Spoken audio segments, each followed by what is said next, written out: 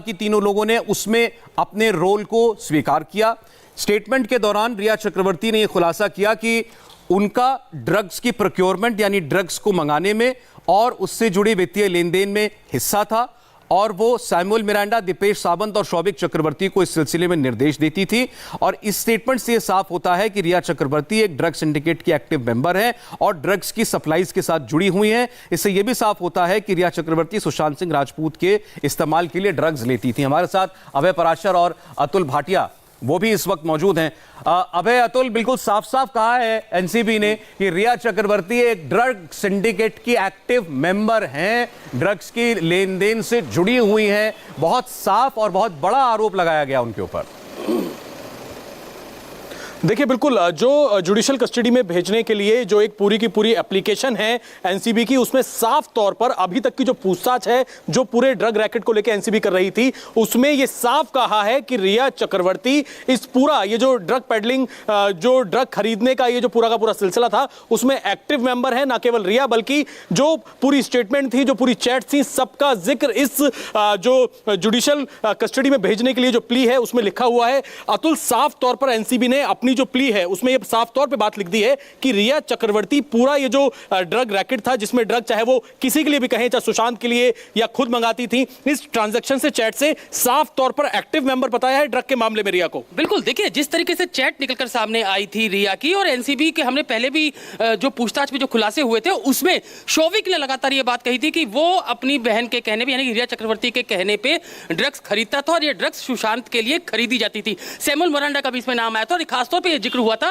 कि जब पूरा लॉकडाउन हुआ था तो उस समय जो सुशांत है उसको ड्रग्स नहीं मिल रही थी, इसके लिए शौविक की मदद ली गई और सैमुअल मिरांडा की मदद ली गई। तो ये पूरा इन्वेस्टिगेशन में जो है वो एनसीबी के सामने आया था। अब क्योंकि एनसीबी की पूरी कोशिश है कि किसी भी तरीके से जेसी में भेजा जाए रिया चक्रवर्ती को, उसको बेल ना मिले, इसकी तमाम कोशिश है। हालांकि एनसीबी ये पहले ही साफ कर चुकी है कि वो रिमांड नहीं मांगेगी, वो 3 दिन की पूछताछ कर चुकी है, कोई रिकवरी जो है वो। यही ग्राउंड जो है एनसीबी के, जो ये ग्राउंड्स बहुत इंपॉर्टेंट है क्योंकि एक्टिव मेंबर है। एक्टिव मेंबर से जेसी भेजने के लिए जो ग्राउंड्स हैं वो सौरभ इसलिए इंपॉर्टेंट हो जाते हैं क्योंकि जो जहां तक बात है एक्टिव मेंबर होने की, तो अभी सिर्फ 10 लोगों की गिरफ्तारी हुई है, जिसमें रिया चक्रवर्ती, शौविक चक्रवर्ती, सैमुअल मिरांडा समेत कुछ पेडलर शामिल हैं। लेकिन 20 से 25 लोगों की लिस्ट है, उन तक पहुंचना है। ऐसे में जांच को भटकाने या फिर कुछ और पेडलर्स तक, क्योंकि कुछ पार्टीज का नाम लिया है कि कुछ पार्टियों में जाया करती थी, कुछ बॉलीवुड के लोगों का नाम सामने आ सकता है क्योंकि रिया ने यह कबूला है आज आखिरी दिन की वो उन लोगों के साथ वहां पर उसने कुछ बार ड्रग्स लिए हैं, हालांकि हैबिचुअल नहीं है।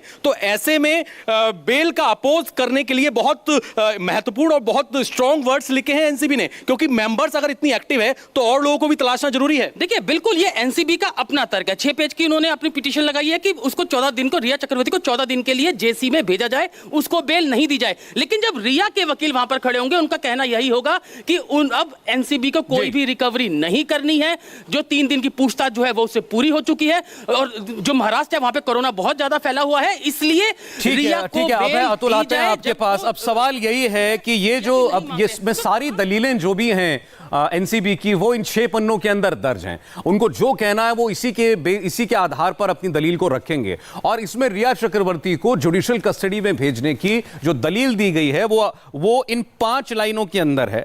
वो 5 लाइनें ये कहती हैं कि इन्वेस्टिगेशन अभी प्रारंभिक स्टेज में है और इसके अलावा रिया चक्रवर्ती ने जो कहा है उसका सत्यापन या उसकी वेरिफिकेशन करना बाकी है, और इनके ज्ञात अज्ञात जो साथी हैं उन तक पहुंचना और उनका पकड़ा जाना ये अभी बाकी है। इसलिए अदालत से दरखास्त की जाती है कि इनको जुडिशियल कस्टडी में भेज दिया जाए। अब मेरा पूछना यह है राजेश कि ये जो दलील रिया को जेल भेजने के लिए एनसीबी दे रहा है, ये आपको एक प्रोसिक्यूटिंग एजेंसी की किसी आरोपी को, क्योंकि उसको उसकी बेल को मना करना है, वो नहीं चाहेगा कि कोई भी आरोपी बाहर आए, तो इसीलिए एक रूटीन विरोध पता लग रहा है, या आपको लग रहा है कि एनसीबी वाकई किसी सॉलिड ग्राउंड पर रिया को जेल भेजना चाहती है?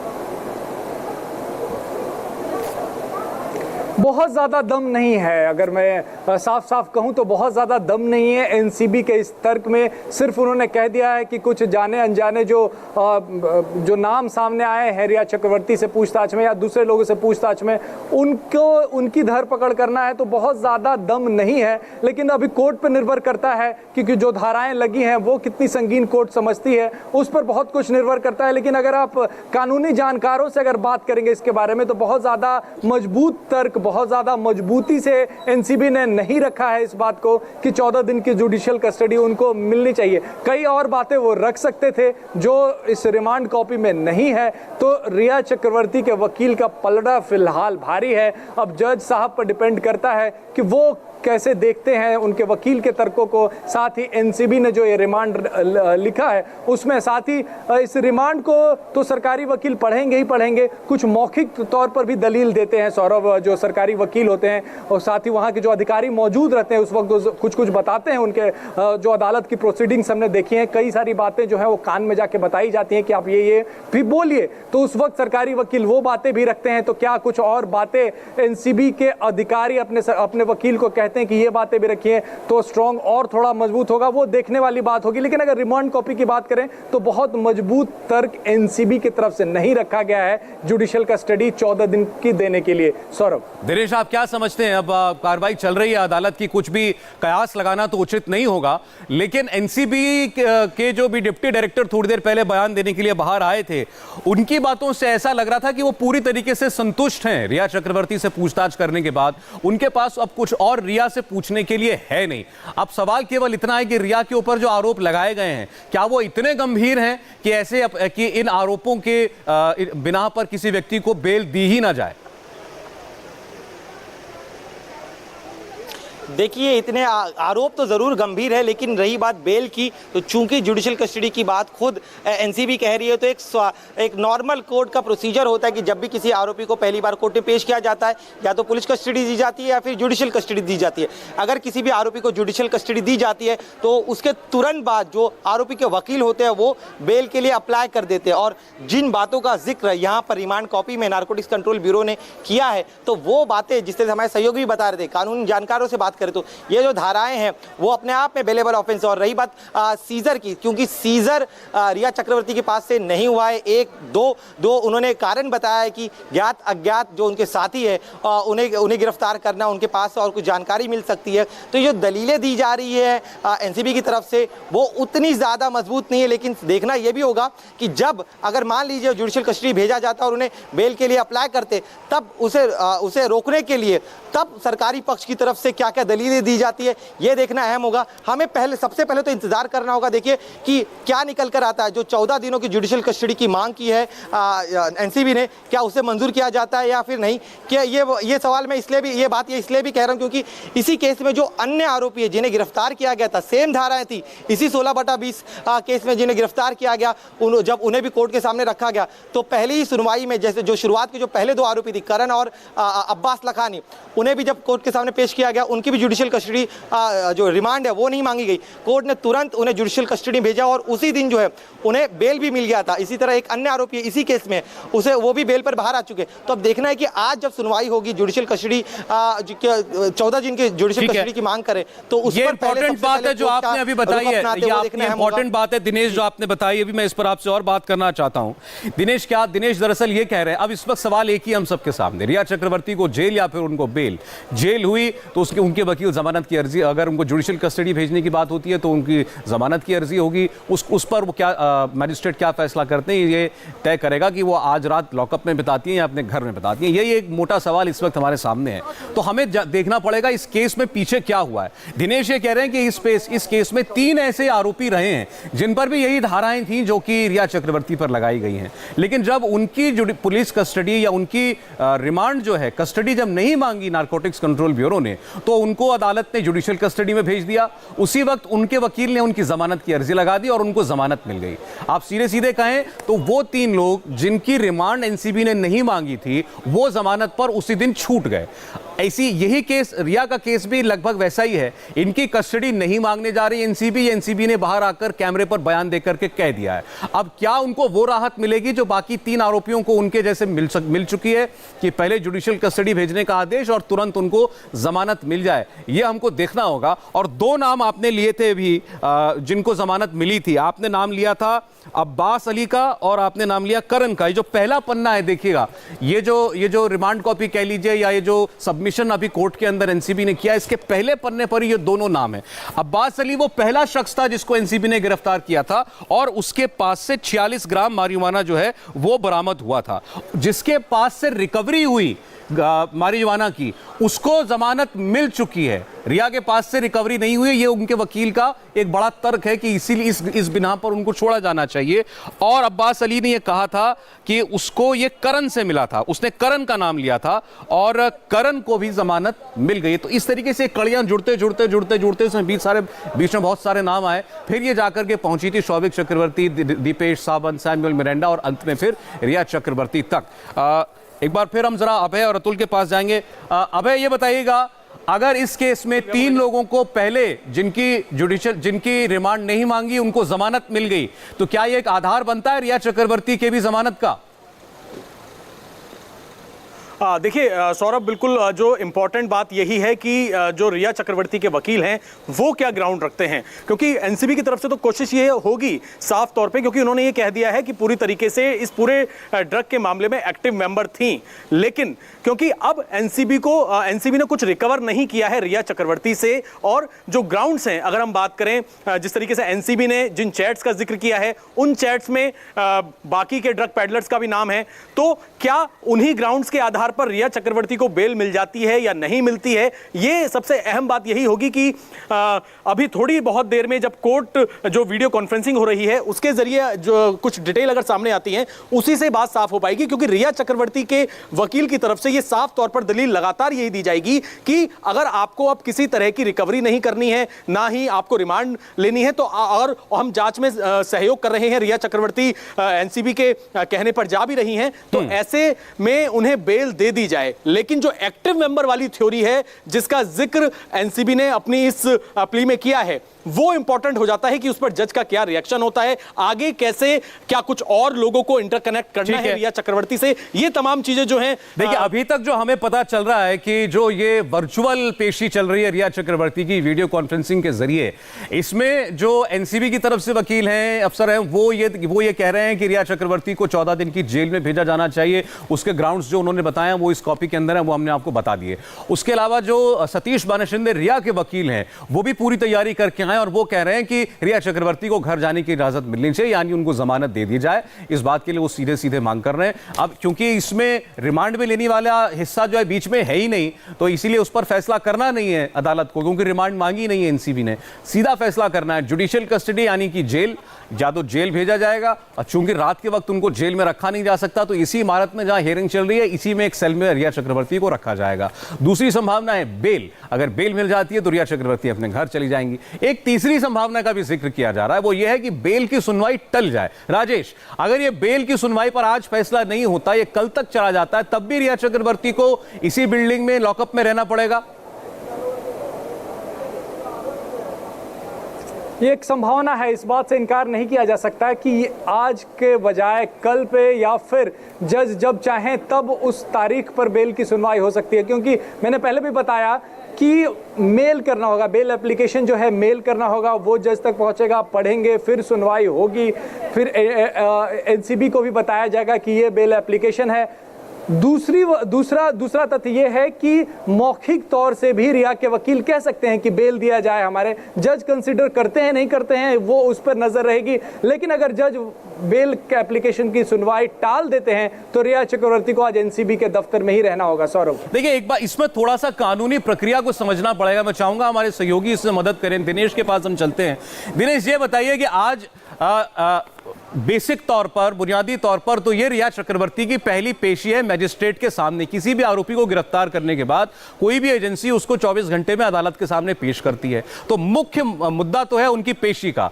अब उसमें एजेंसी ये कह रही है कि इनको आप साहब जेल भेज दीजिए, हमको इनकी कस्टडी नहीं चाहिए। तो ये एक मैटर हुआ। तो क्या पहले ये मैटर सुना जाएगा कि जुडिशियल कस्टडी वो देना चाहते हैं और अदालत जो है जुडिशियल कस्टडी दे देगी, और उसके बाद दूसरा मैटर बेल का वो मूव किया जाएगा और फिर उस पर अलग सुनवाई होगी, या फिर जुडिशियल कस्टडी या बेल, ये दोनों मामले एक साथ सुनते हैं जज? देखिए, ऐसा नहीं होता है। जब भी कोई आरोपी गिरफ्तार होता है, उसे अदालत के सामने पेश किया जाता है, तो आमतौर पे ये होता है या तो जो जांच एजेंसी है वो कस्टडी मांगेगी या फिर जुडिशियल कस्टडी में भेजने की बात जज कोर्ट के सामने कहती है। इस केस में भी साफ है कि पहले से ही एनसीबी की तरफ से कह दिया गया है कि वो चाहते हैं कि 14 दिनों की जुडिशियल कस्टडी में भेजा जाए रिया चक्रवर्ती को। तो सबसे पहले जो फैसला आएगा वो इसी बात पर होगा कि कितने दिनों की जुडिशियल कस्टडी पर भेजा जाता है रिया चक्रवर्ती को। और जब इसकी सुनवाई खत्म हो जाएगी, उसके बाद जो है कानूनन जो आरोपी के वकील होते हैं वो बेल के लिए याचिका दायर कर सकते हैं। तो ये आम प्रक्रिया है किसी भी केस में। इस केस में भी ऐसे ही होगा। पहली सुनवाई होगी जुडिशियल कस्टडी के मुद्दे पे। जुडिशियल कस्टडी को जैसे ही फैसला हो जाता है, उसके बाद क्या जज वक्त देते हैं, क्योंकि आरोपी के जो वकील है वो तुरंत बेल याचिका जो है वो मूव कर देंगे, कोर्ट के सामने रख देंगे। अब चूंकि ये वीसी के जरिए हो रहा है तो उन्होंने एडवांस में इसकी तैयारी कर रखी है, या फिर जज को जानकारी दी गई है, या फिर क्या होगा ये फिलहाल कहना मुश्किल है। लेकिन प्रक्रिया यही है, पहले ऑर्डर आएगा वो जुडिशियल कस्टडी के केस पर, जुडिशियल कस्टडी कितनी दी जाती है, उसके बाद सुनवाई शुरू होगी बेल याचिका पर। उसमें भी जैसे हमारे सहयोगी भी बता रहे थे कि आमतौर पर जज के विवेक पर निर्भर है कि जब वो अगर मान लीजिए जुडिशियल कस्टडी दे दी जाती है, वो 14 दिन हो सकती है या फिर कम भी हो सकती है। उसके बाद जब बेल याचिका मूव की जाएगी, उसके बाद खुद कोर्ट तय करेंगे कि वो आज ही इसी वक्त जो है उसकी सुनवाई शुरू कर देंगे, फैसला देते हैं, या फिर वो कल पर टाल देते। देखिए, वक्त भी काफ़ी ज़्यादा हो चुका है। ऐसे में जज को तय करना है कि आगे क्या करना है। लेकिन आरोपी पक्ष की तरफ से कोशिश यही होगी कि आज जैसे ही जुडिशियल कस्टडी पर फैसला आता है, तुरंत जमानत याचिका मूव की जाए। और जो पास्ट में, जैसे मैंने आपको पहले 3 आरोपियों का जिक्र किया था, जैसे उन्हें फौरन तौर पे जैसे ही उन आरोपियों को जुडिशियल कस्टडी में करण अरोरा हो या फिर अब्बास लखानी, जैसे उन्हें जुडिशियल कस्टडी भेजा गया, आरोपी पक्ष की तरफ से तुरंत बेल याचिका मूव की गई और उनके बेल याचिका को मंजूर कर लिया गया।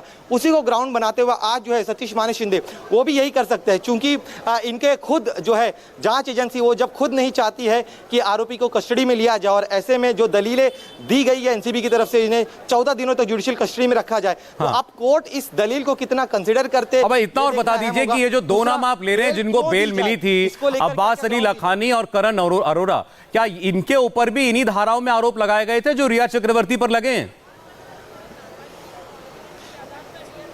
देखिए, ये जो पूरा 16/20 केस है वो इन्हीं दोनों आरोपियों की गिरफ्तारी के बाद ही शुरू हुआ था। पहला आरोपी गिरफ्तार होता है अब्बास लखानी, उसके बाद उसके बयान पर जो है करण अरोरा को गिरफ्तार किया जाता है। और जो इस पूरे मामले में जो दिन 10 आरोपियों को गिरफ्तार किया गया है, एनसीबी के पास सीजर के नाम पे जो 59 ग्राम गांजा है वो भी सिर्फ इन्हीं दोनों आरोपियों के पास से मिला था। और जिनके पास से सीजर हुआ था वो आरोपी जमानत पर पहले छूट चुके हैं। तो इसे भी आज जब जमानत की याचिका दायर की जाएगी तो इसको भी बेस बना सकते हैं सतीश माने शिंदे। तो कहने का तात्पर्य यही है कि जिन आरोपियों के पास से एक्चुअल जो जब्ती हुई थी, सीजर हुआ था ड्रग्स का, वो जमानत पर बाहर है। अन्य आरोपी फिलहाल उनकी कस्टडी कल खत्म हो जाएगी। इसमें आज जब जमानत याचिका शुरुआत शुरू होती है, अगर शुरू हो जाती है, तो इसको भी आधार बनाएंगे सतीश माने शिंदे जी। मेरे दिनेश ने बहुत अच्छे तरीके से, सरल तरीके से आपको ये पूरी प्रक्रिया जो इस वक्त चल रही है एनसीबी के दफ्तर में इस पेशी के दौरान वो समझा दी है। बिल्कुल साफ बात है, जो पहले एजेंसी यानी एनसीबी ने कहा है कि इनको जुडिशियल कस्टडी यानी कि 14 दिन की जेल में भेजा जाए, जो मैजिस्ट्रेट हैं, जज हैं, वो पहले उस पर अपना फैसला देंगे कि वो कितने दिन की जेल में भेजना चाहते हैं। 14 दिन की मांग की गई, हो सकता है जज कम दिन की जुडिशियल कस्टडी उनको ग्रांट करें। जुडिशियल कस्टडी जैसी ग्रांट होगी तो सतीश माने शिंदे जो रिया के वकील हैं वो लगाएंगे जमानत की अर्जी, और उस पर फिर जज को यह तय करना है कि वो पहले तो वो उस अर्जी की सुनवाई आज करते हैं या नहीं करते हैं। अगर वो सुनवाई नहीं करते हैं तो ये मामला कल पे टल जाएगा। उस सूरत में रिया चक्रवर्ती को आज की रात लॉकअप में रहना पड़ेगा। अगर वो आज सुनवाई कार्रवाई स्वीकार कर लेते हैं तो फिर यह जज के ऊपर निर्भर करता है कि वो रिया चक्रवर्ती को जमानत देते हैं या नहीं देते हैं। लेकिन इस केस में जो प्रेसिडेंस है या जो पुराने उदाहरण है वो ये बताते हैं कि दो आरोपी जो इसी मामले के अंदर आरोपी थे, उन दोनों को, और उनके पास से बाकायदा वो नशीला पदार्थ जब्त हुआ था, बरामदगी हुई थी, उन दोनों की जब कस्टडी नहीं मांगी थी एनसीबी ने तो उनको बेल मिल गई थी। जुडिशियल कस्टडी दी गई पहले और उसके बाद तुरंत उनको बेल दे दी गई। तो यह ग्राउंड बनता है रिया चक्रवर्ती के भी आज बेल मांगने का, और शायद उनकी बेल की संभावनाओं को जो थोड़ा सा और मजबूत करता है उसको। राजेश, बिल्कुल बिल्कुल आप सही कह रहे हैं कि दो नहीं बल्कि तीन आरोपियों को इस केस में बेल मिला है। कैजान इब्राहिम, उसे भी बेल मिला है, और सब पर कमोबेश यही आरोप थे और इस वजह से बेल मिला। जबकि दो जो पहले आरोपी थे करण और अब्बास, उनके पास से सीजर भी हुआ था, उसके बाद भी उन्हें बेल मिल गया।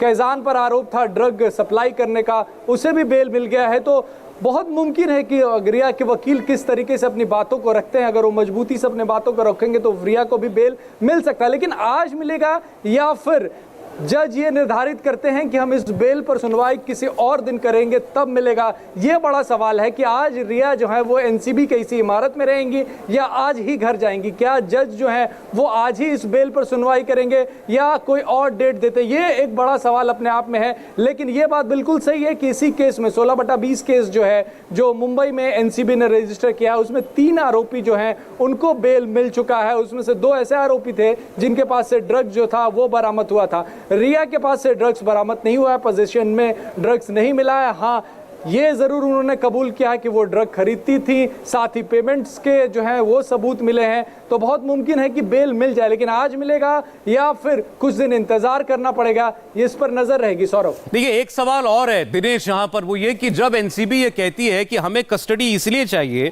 क्योंकि रिया चक्रवर्ती से जो जानकारी मिली है उसको वेरीफाई करना है या रिया चक्रवर्ती के एसोसिएट्स को पकड़ना है, पहचानना है, तो इसमें यानी कि वो पहले मान के चल रहे हैं कि रिया चक्रवर्ती और भी लोगों को जानती हैं जो कि इस ड्रग सिंडिकेट का हिस्सा हैं, क्योंकि उनको ड्रग सिंडिकेट का एक्टिव मेंबर बताया। अब अगर रिया चक्रवर्ती ऐसे लोगों को जानती हैं तो जरूर वो बता चुकी होंगी एनसीबी को, तभी एनसीबी उनकी रिमांड नहीं मांग रही है। तो हर लिहाज से अगर देखें तो ऐसी कोई जानकारी रिया से मिलने की अभी उम्मीद हो एनसीबी को जिसकी बिना पर उनको जेल में रखा जाए, ये रिमांड कॉपी से नहीं दिखता। देखिए, एक कानूनी पहलू में आपको इस आपके सवाल पर बताना चाहता हूं। जो उन्होंने ग्राउंड्स दिए है कि ज्ञात अज्ञात जो उनके साथी है उन्हें पकड़ना है, अगर चूंकि कोई भी, जैसे कि मैंने आपको पहले समझाया कि अगर किसी भी आरोपी को जुडिशियल कस्टडी में भेजा जाता तो तुरंत उनके वकील जो है जमानत याचिका कानूनन दायर कर सकते हैं और कई मामलों में आरोपियों को बेल मिल जाती है। इस केस में भी ऐसे ही हुआ। अगर सच में रिया चक्रवर्ती के कोई ज्ञात अज्ञात साथी है जिनके पास जानकारी है और उन्हें पकड़ना चाहती है, तो ऐसे में लाजमी ये होना चाहिए था कि एनसीबी को पहले ही जो है इनकी कस्टडी मांगनी थी, क्योंकि अगर इन्हें जमानत मिल जाती है, बाहर चली जाती है, तो अपने उन ज्ञात अज्ञात कथित साथियों को अलर्ट कर सकती है, जो सबूत है उसे मिटा सकती है। लेकिन यहां पर उन्होंने कहा कि हमें जितनी जानकारी चाहिए थे वो हमें मिल चुके, लेकिन अब हम चाहते हैं जो 14 दिनों की जुडिशियल कस्टडी भेजा जाए। लेकिन ये जो कानूनी पहलू है इसको लेकर एनसीबी की तरफ से कोई बात नहीं की गई। अगर सच में ऐसे कोई ज्ञात अज्ञात साथी है तो उसकी और उन्हें गिरफ्तार करना चाहती है, तो इस कानूनी पहलू को एनसीबी भली भांति जानती होगी, उन्हें इस बात को कंसिडर करना चाहिए था। लेकिन इस केस में फिलहाल तो ऐसा होता हुआ दिखाई नहीं दे रहा है। लेकिन हम फिर एक बार कहेंगे कि उन्होंने अपनी बात रख दी है, एनसीबी ने अपने रिमांड कॉपी में कोर्ट के सामने, अब जज के ऊपर तय करता है कि वो 14 दिनों की कस्टडी। अब देखिए एक और बड़ी बात है, हमने आपको बताया था और ये पुख्ता खबर थी, ऑथेंटिक खबर थी कि रिया चक्रवर्ती ने ये बताया है एनसीबी को कि वो भी ड्रग्स लेती थी। हमने अभी आज ही आपको थोड़ी देर पहले बताया कि रिया चक्रवर्ती ने कहा कि उन्होंने कुछ पार्टीज के अंदर ड्रग्स ली हैं, शौकिया तौर पर ली हैं, लेकिन उन्होंने कभी आदतन ड्रग्स का इस्तेमाल नहीं किया। यह बात रिया चक्रवर्ती ने एनसीबी को कही। लेकिन इस कॉपी के अंदर, इस रिमांड कॉपी के अंदर कहीं भी इस बात का जिक्र नहीं है कि रिया चक्रवर्ती ने ड्रग्स ली हो खुद। अगर ये आरोप उन पर बनता तो ये एक अतिरिक्त आरोप बनता, अतिरिक्त धारा के अंदर आरोप बनता ड्रग्स लेने का। लेकिन इस रिमांड कॉपी में यह आरोप रिया चक्रवर्ती पर नहीं है, बताने के बावजूद एनसीबी को। ऐसा क्यों है ये आपको अभय बताएंगे। अभय, देखिए बिल्कुल जो रिया चक्रवर्ती से जो पूछताछ करी है एनसीबी के ऑफिशियल्स ने, आज जब जुडिशियल कस्टडी में भेजने के लिए जो एप्लीकेशन तैयार करी एनसीबी ने, उसमें साफ तौर पर सौरभ, ये जो सीनियर ऑफिसर हैं एनसीबी के, उन्होंने इस बात का जिक्र किया अपनी टीम के साथ कि रिया चक्रवर्ती के पास से किसी तरह के ड्रग्स की कोई रिकवरी नहीं हुई है। रिया चक्रवर्ती ने अपने बयान में यह बेशक बताया है कि वो शौकिया तौर पर कभी कभार उसने ड्रग्स लिया है, लेकिन वो उसकी हैबिचुअल नहीं थी। इसी वजह से एनसीबी के जो सीनियर ऑफिशियल्स हैं उन्होंने अपनी पूरी टीम को यह समझाया कि केस नंबर 15 जो कि इस पूरे एनसीबी ने जब से इस सुशांत केस की जो जांच करनी शुरू की थी ड्रग एंगल से, उसमें कहीं अभी पूरे पुख्ता तौर पर यह साबित नहीं होता है, ना ही उसके ब्लड सैंपल में रिया के ये तमाम चीजें पुख्ता तौर पर आई हैं। इसी वजह से जो केस नंबर 16 है जो कि मुंबई में दर्ज किया गया है एनसीबी की तरफ से, उसमें यह साफ कहा गया है कि पूरे ड्रग सिंडिकेट को खंगालना है। इसीलिए एनसीबी के सीनियर ऑफिशियल्स ने